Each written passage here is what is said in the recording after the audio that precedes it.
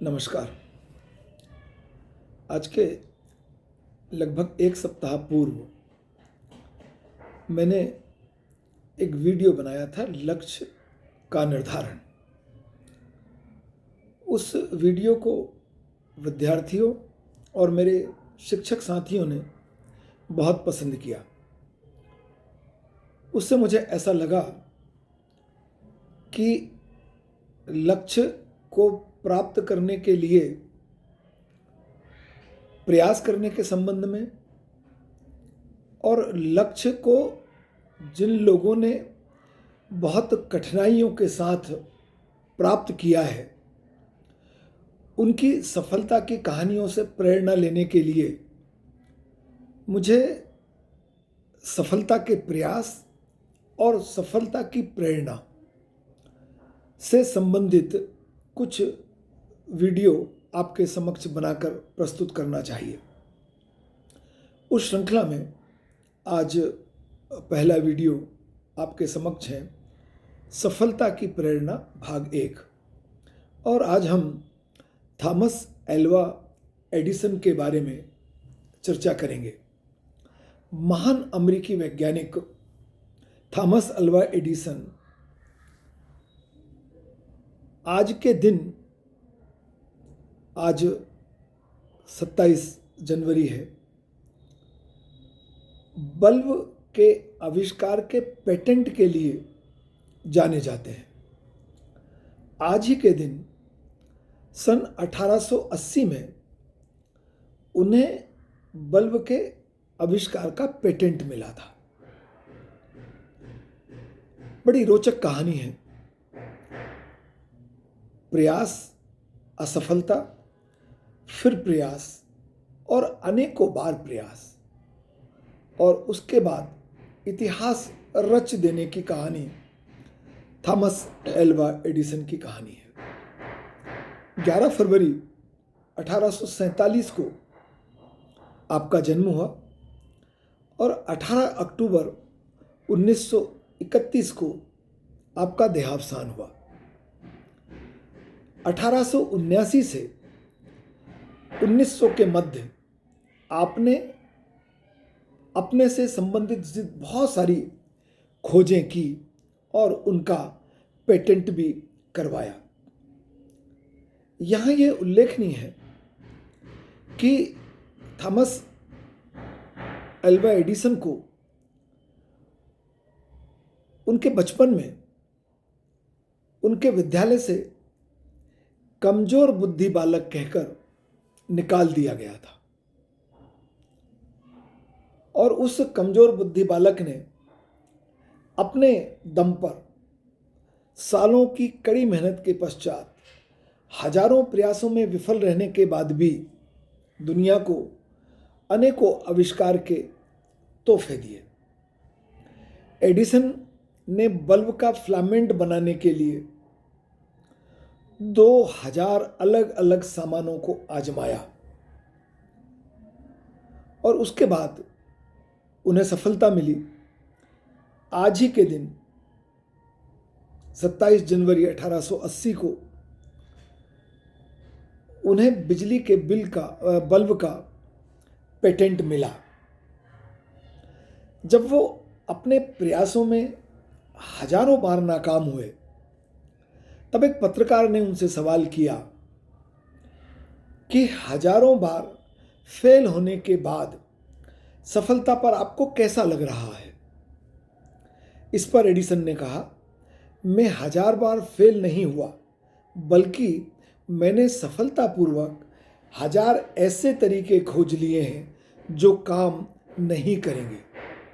ये जीवटता का उदाहरण है। ये लगातार परिश्रम करने का उदाहरण है। निराश नहीं होने का उदाहरण है। 1000 बार प्रयास करें, सफलता के लिए लगातार प्रयत्नशील रहें, लगनशील रहें, तो एक दिन आप सफल होते हैं। यह थॉमस एल्वा एडिसन ने सिद्ध करके बताया। जब वह स्कूल पढ़ने जाया करते थे, तो उनकी शिक्षिका ने उनको एक नोट दिया और ये कहा कि इसे जाकर अपनी माँ को दे देना। एडिसन ने वह नोट अपनी माँ को दे दिया। माँ उसे पढ़ने के बाद रोने लगी। एडिसन ने माँ से रोने का कारण पूछा। माँ ने मुस्कुराते हुए जवाब दिया कि इस नोट में लिखा है कि तुम्हारा बेटा बहुत बुद्धिमान है, बहुत होशियार है, और हमारा स्कूल आपके बच्चे के स्तर का नहीं है। हम और हमारे टीचर इतने काबिल नहीं हैं कि हम आपके बालक को पढ़ा पाएं, इसलिए इसे आप स्वयं पढ़ाएं। और इसलिए यह मेरे खुशी के आंसू हैं। और उसके बाद माँ उनको घर में पढ़ाने लग गई और एक महान वैज्ञानिक से हमारा परिचय हुआ। आखिर के वो परिचय जो नोट शिक्षिका ने दिया था माँ को देने के लिए, उसकी जानकारी उनको कैसे मिली? उनकी माँ ने उनको जीवन भर ये बात नहीं बताया। जब उनकी माँ का देहांत हो गया तब वह अपनी माँ की अलमारी में खोज रहे थे कुछ। उन्हें माँ की डायरी मिली और उसमें वही स्कूल का पुराना नोट मिला जिसमें यह लिखा था कि आपका बच्चा मंद बुद्धि है और यह पढ़ने योग्य नहीं है। और वह एक महान वैज्ञानिक बना। एडिसन ने केवल बल्ब का आविष्कार, बल्ब का पेटेंट नहीं किया। उन्होंने अपने जीवन काल में 1093 पेटेंट कराए और वह अपने काम के लिए सदैव याद किए जाएंगे। बहुत प्रेरणादायक कहानी है कि कभी भी असफलता से निराश मत होइए, पुनः प्रयास कीजिए, सफलता आपको प्राप्त होगी। इसके साथ ही यहाँ मैं यह भी उल्लेख करना चाहूँगा, सत्य, ईमानदारी, दया, प्रेम, स्नेह, त्याग जैसे जीवन मूल्य सदैव महत्वपूर्ण होते हैं। और यह जीवन मूल्य परिवार से बच्चों को मिलते हैं। बच्चे अगर उन्हें आचरण में लाएं तो असफलता से लड़ने की प्रेरणा मिलती है। और किसी की छोटी सी की गई मदद, सहायता, उसको दिया गया प्रेम, स्नेह आपके जीवन में कभी भी किसी भी रूप में आपके लिए लाभकारी बनकर लौट कर आ सकता है। मुझे याद है मेरे पिता कहा करते थे कि हमेशा दूसरों की मदद कीजिए।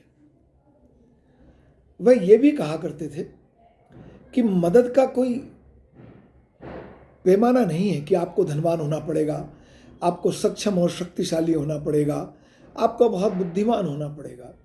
इस दुनिया में आपसे कम धनवान, आपसे कम शक्तिशाली, आपसे कम बुद्धिमान लोग भी हैं। उनकी मदद कीजिए, उनकी सहायता कीजिए। आप चाहे जिस भी स्थिति में हों, आप अपने से नीचे के व्यक्ति को आवश्यक रूप से मदद कीजिए, सहायता कीजिए। आवश्यकता पड़े तो ऊपर वाले को भी कीजिए। ऐसा ही प्रसंग एक थॉमस एल्वा एडिसन के जीवन में भी हुआ। जब वह 14 वर्ष की आयु के थे तो उन्होंने 3 साल के एक बच्चे को ट्रेन के नीचे आने से बचाया। स्वाभाविक है, इस क्रिया से उस बालक के पिता, उस बच्चे के पिता बहुत आभारी हुए होंगे, बहुत धन्यवाद दिया होगा।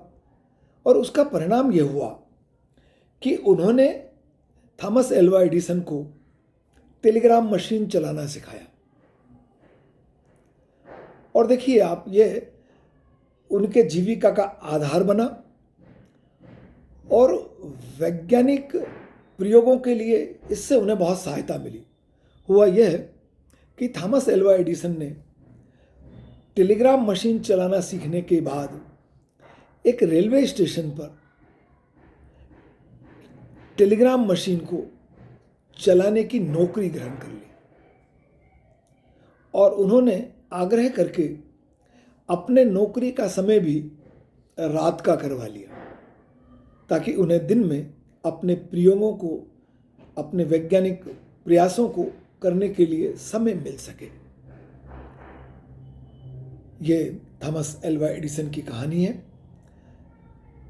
मैं समझता हूँ कि आपको इससे प्रेरणा मिली होगी कि हमें अगर किन्हीं भी कारणों से अपने प्रयास में सफलता नहीं मिलती है तो हमें पुनः पुनः प्रयास करने की आवश्यकता है। बहुत धन्यवाद।